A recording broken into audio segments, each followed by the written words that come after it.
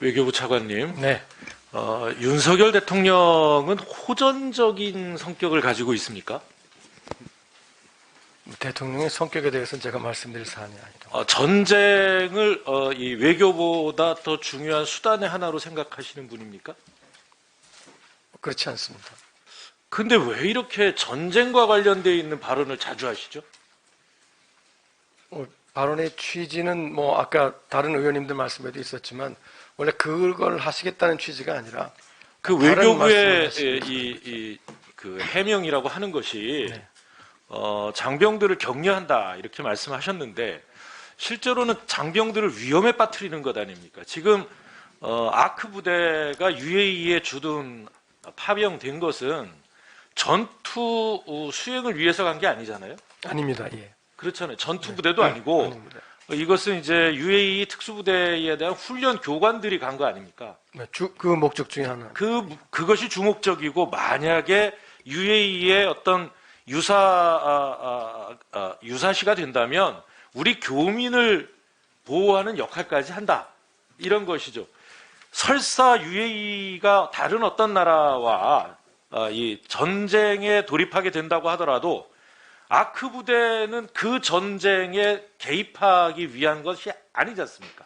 네, 전쟁 수행 임무는 없는 것으로 알고 있습니다. 그렇죠. 그런데 UAE의 안보가 우리의 안보다라고 하면서 UAE의 적은 이란이라는 이런 발언을 하신 것 자체가 전투 수행을 위해서 투입된 부대라는 인상을 주게 된단 말입니다. 다행히도 이란은 테러를 하는 나라가 아닙니다. 그러니까 무슨 알카이다나 이 IS처럼 테러를 하는 국가가 아니기 때문에 다행입니다만 만약에 그 지목된 나라가 예를 들면 예멘의 후티 반군이나 이런 것을 지목했다면 우리 장병들이 당장 그 테러의 대상이 될 겁니다. 그리고 이 호르무즈 해협을 비롯해서 그 걸프해에는 하루에 2척 내지 3척의 우리 유조선이 항상 왔다 갔다 하는 곳입니다. 정기적으로. 얼마 전에는 우리 화물선까지 납포된 적도 있었는데 이란 군에 의해서 어떻게 이렇게 이 심각한 문제를 낳을 수 있는 이런 발언을 했느냐. 저는 이건 대단히 그 외교적으로 있을 수 없는 이 참사, 재앙을 부르는 발언이다. 이렇게 이야기하지 않을 수 없습니다. 네, 근데 의원님 아시겠지만 대통령께서 이란에 대해서 직접 언급하시는 상황이 없고요. 저희가 또 이란에 대해서는 그런 외교 채널로 발언의 취지에 대해서 설명을 했습니다. 한국과 이란 관계는 굉장히 좋았어요. 굉장히 좋았습니다.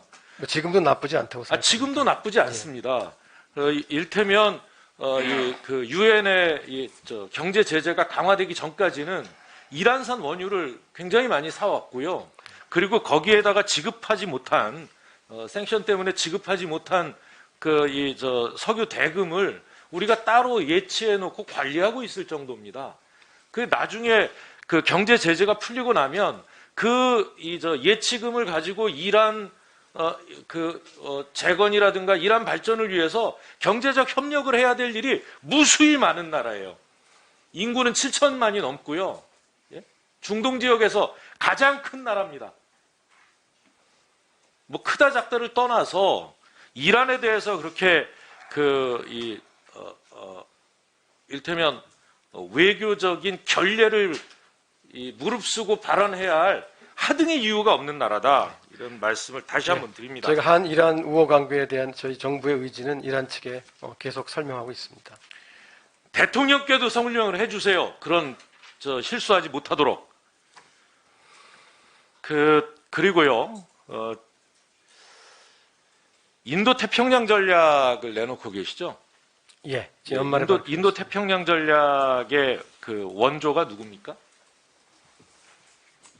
원조라고 할 수 있을지는 모르겠습니다만은 우리보다 많은 나라들이 몇 년 전부터 다 자기네 인도 태평양 전략을 수립해서 가장 먼저 인도 태평양 전략을 내놓은 거는 일본의 기시다 총리입니다. 네, 그런 구상을 먼저 발표했습니다. 네, FOIP라고 네, 그렇습니다. 자유롭고 프리, 오픈, 열린 인도 태평양이라는 네. 게 기시다 총리의 이 트레이드 마크 같은 외교 전략이에요. 아베 외교 총리 정책입니다. 당시에. 그것을 바이든 대통령이 수용을 한 거고요. 예? 그런데 지금 이제 윤석열 대통령이 그걸 우리 정부의 전략이다 하고 내놓고 있습니다.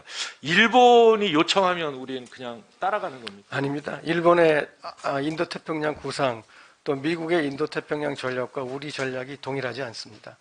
우리는 우리의 이익에 맞는 인도태평양 전략을 준비해서 발표를 했고요. 차이가 아주, 분명히 있습니다.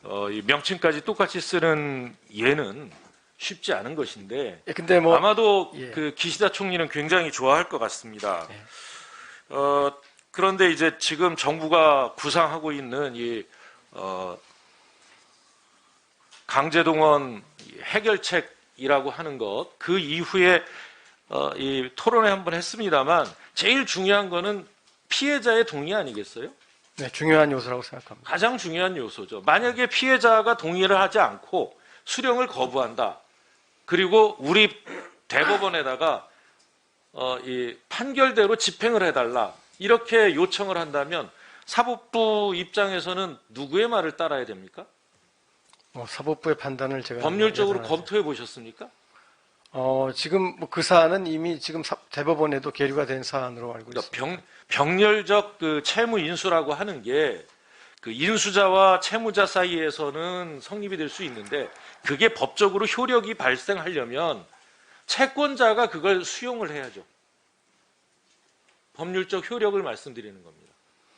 네, 근데 뭐 많은 법률 전문가들이 그 지금 말씀하신 병존적, 중첩적 채무의 인수의 경우 채권자의 동의가 필요하지 않다고 얘기하고 있습니다. 필요하지 않을지 모르겠으나 네. 인수 과정이 필요하지 않겠으나 그 채권 그러니까 채권이 소멸되려면 채권자의 수용이 필요한 거죠. 네, 그런 위원님 말씀하신 여러 가지 법리적인 사안도 저희가 그것을 검토하고 위해서 지금 한일 정부 간에 지금 그 아테 국장이 네. 일본을 방문해서 협의를 하고 있다고 하는데 채권자 그러니까 피해자들이 요구하는 것은 분명하지 않습니까?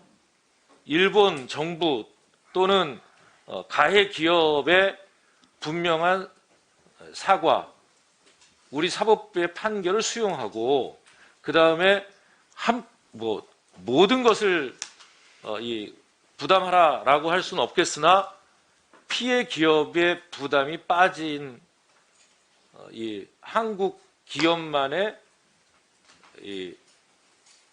그 보상은 받아들일 수 없다 이렇게 이야기하고 있는 것 아닙니까? 네, 저희가 의견 수렴 과정에서 그런 의견을 많이 들었습니다. 그 부분에 대해서 한일 양국 정부가 해야 될 역할이 있고 노력해야 된다. 저는 이렇게 생각합니다. 예, 유념하고 있습니다.